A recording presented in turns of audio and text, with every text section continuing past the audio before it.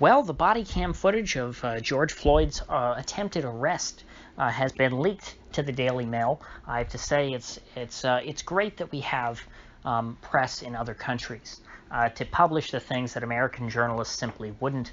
If this was leaked to CNN, they probably wouldn't publish it, I'd imagine. So I have to say good on the Daily Mail for existing and being there.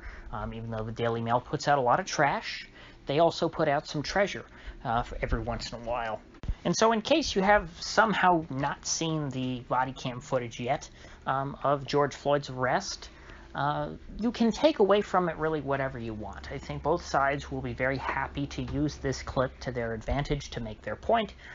Folks who, already want to say, I should say the ACAB crowd, the all cops are bad people crowd, and I'll say it like that. I know that's not actually what the B stands for, but I'll try to be G-rated for YouTube. The ACAB crowd is going to look at this video and say, oh my gosh, look at this poor guy sobbing and crying on the ground and, begging for his life. This is terrible. Look, these cops should fry. They should fry like fish sticks in a vat of hot oil. And the Blue Lives Matter people are going to go look at this guy resisting arrest. They gave him every chance to just be compliant and get in the car and to just, settle down. But he just kept squirming and squirming. And so eventually, he must have been on something and he had a heart attack. And so it's not like this video is going to change anyone's opinions of what happened. Now, I, of course, have kind of a middle-of-the-road view of this, of what this video shows. Because to me, I look at it, the guy was clearly, mentally unstable.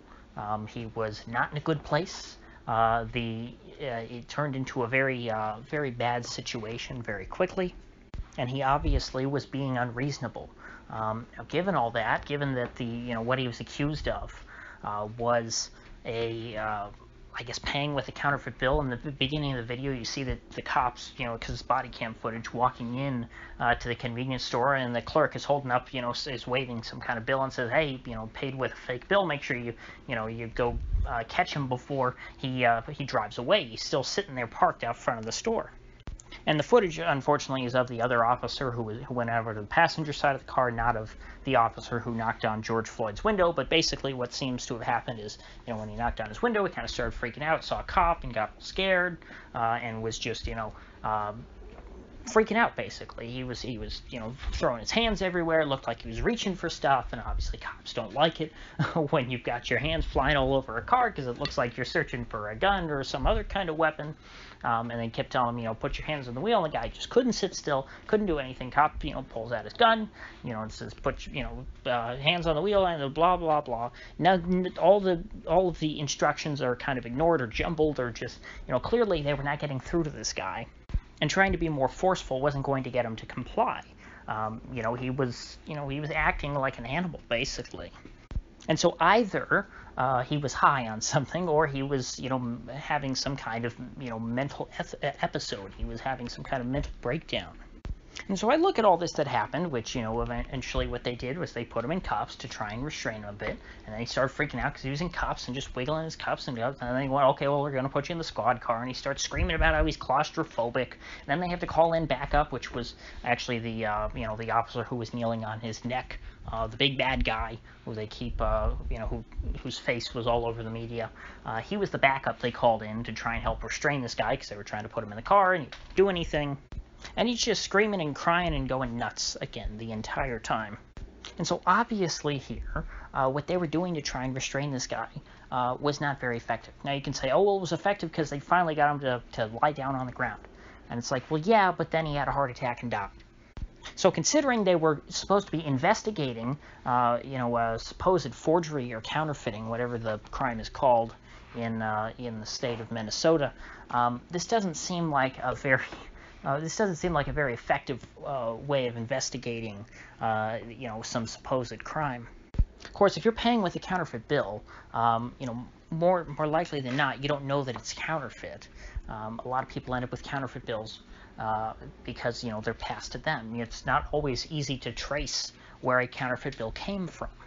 And so in all likelihood, this guy didn't even know that he paid with a counterfeit $20 bill. And so I can't help but look at this situation and just think that it is all completely stupid. I can't exactly side with anyone. It's not like I could say, oh, poor George Floyd, he was just trying to be compliant, and then the cops murdered him for no reason. Well, obviously he wasn't being compliant. But I can't look at the cops and, or policing in general. Obviously the cops were doing what they're supposed to, basically. I mean, this is just police protocol. Of course, the Nuremberg defense is not a defense if it's really something truly heinous, but in this case, they had no reason to believe that they were, committing any kind of heinous act. I wouldn't say that what they did was heinous. It just sort of ended badly. But my point is that, this protocol obviously doesn't make sense from a cost-benefit, analysis perspective. You look at all the cost incurred here with trying to, arrest this guy for, really not doing anything, paying with a counterfeit bill, which he probably didn't even know was counterfeit. And, they were arrested. Well, essentially, they weren't arresting him for that. I guess they were arresting him for being, for not putting his hands up or something like that, for being non-compliant. Essentially, a BS process crime. But really nothing that was causing any, much serious trouble. And yet the police department, they had to send out not one but 2 squad cars, 4 guys total, to try and deal with this very minor everyday situation. This is not by any means an efficient use of, police resources. But that doesn't really matter since, these police departments don't have to turn a profit or anything like that. They're paid for by taxpayer money.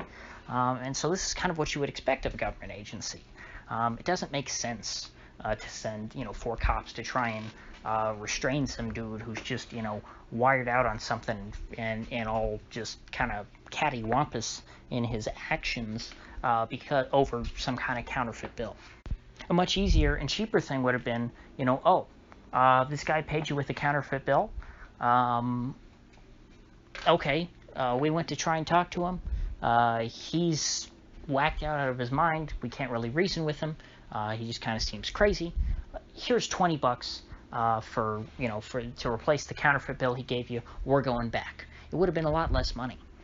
Especially if you consider if this was some kind of private institution, and their officers, were being prosecuted like these officers are for murder. The private institution, if it was a security company or something like that, would probably have to pay for their legal fees. And so, the protocols of a company like that has, a profit motive that, can go bankrupt to preserve as much capital as possible, not simply to make an example out of some guy who was not respecting their officers or something like that. And so this is why I can't really find myself on either of the 2 binary sides of the recent debate in America over the last couple months since the death of George Floyd, because I neither am a big fan of the cops, nor do I think that, communism and lawlessness and all these other things that the left believes in, are good alternatives. Call me crazy, but I think that, sometimes you need to use force to handle a violent situation, a dangerous situation. But in, other cases, such as if somebody spends a counterfeit bill, it doesn't make sense to use any force. And yes, I can already hear all the thumbs down and the people screaming in the comments saying, oh, he feared for his life, because the guy was freaking out, and running his hands all over the car. Well, once they got him out of the car, he was in handcuffs, they didn't have that fear anymore. And I am also sure there's going to be plenty of people saying, oh, what do you mean? You should just, if somebody acts crazy, you should let them get away with, counterfeiting. And my response to that is, well, yeah, sort of, when it doesn't really make any sense to continue pursuing an individual like this. And you could also say, well, hindsight's 20/20, all these other things. But in general, this is true. Cops tend to use force because this is how the laws are written. Okay, this isn't because, cops necessarily are the ones, using their discretion to make these things. You can say, okay, they're just following orders, but the orders they're given are not great. Okay? There's a lot of stuff where there's a lot of situations where cops are called in to enforce things that are just dumb. Think of the Lucy cigarettes thing with Michael Brown. Again, another very stupid situation. Was he violating the law? Well, yeah, obviously he was violating the cigarette tax. He was, not paying the government, their pound of flesh, and may he burn in hell for the rest of eternity because of it. But aren't there just, certain situations like that make some of you who love the police just scratch your heads and think, do we really want, the cops handling all this? Do we really want somebody to have to, get into combat and wrestle a guy to the ground over a cigarette that was untaxed? Over a counterfeit bill that he didn't even know was counterfeit? I don't know. Call me an Antifa-communist if you want. But that doesn't make sense to me. But, none of that really matters because, what I think isn't important to the, so-called national conversation, because there really is nobody who represents my way of thinking anyway. There is no side that I'm on.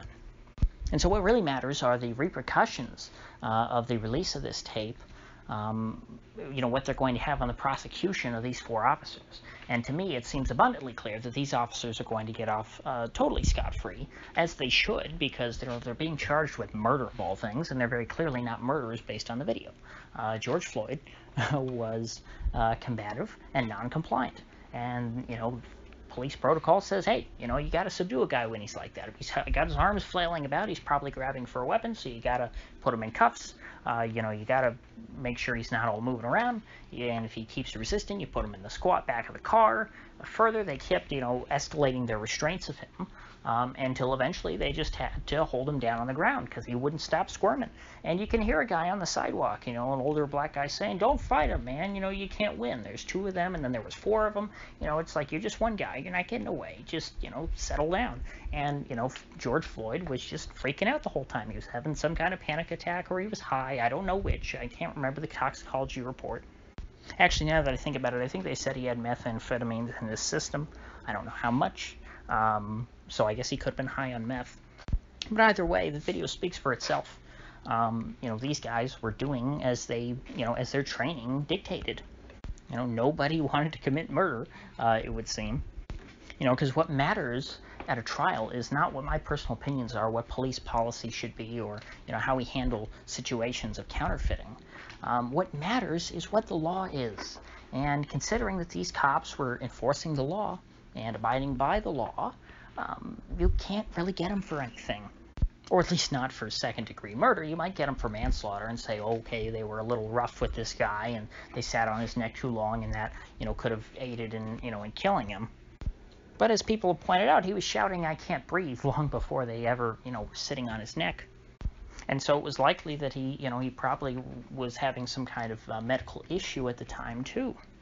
And that, just continued to develop, as they had him restrained over the next few minutes.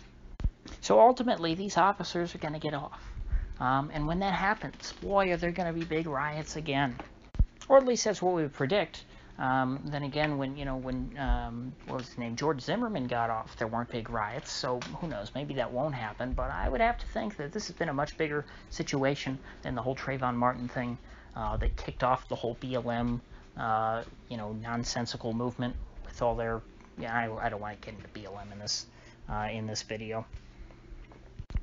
But, yeah, things are going to get hairy, I think. Now, a lot of people are saying, oh, this will be a great October surprise when these cops get off and the riots inflame again. I don't think that they're going to get off, as soon as October. I don't think that's enough time for a murder trial for 4 guys to go forward.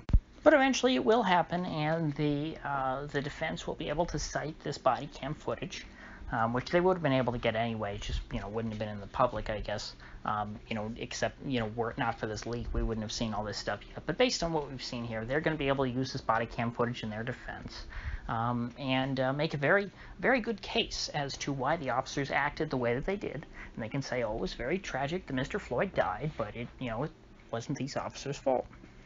And so this will just be another case that will, embolden everyone, to say, up, there you go. There's America. Oh, so racist, letting off these racist murderers. So I don't look forward to having to process that kind of stupidity and analyze it. But with that said, if you gained anything of value out of this video, I'd appreciate you clicking that like button and sharing this video. And if you haven't already, please do subscribe, because I do upload every day and I'd hate to have you miss one. So I'll see you folks back here tomorrow.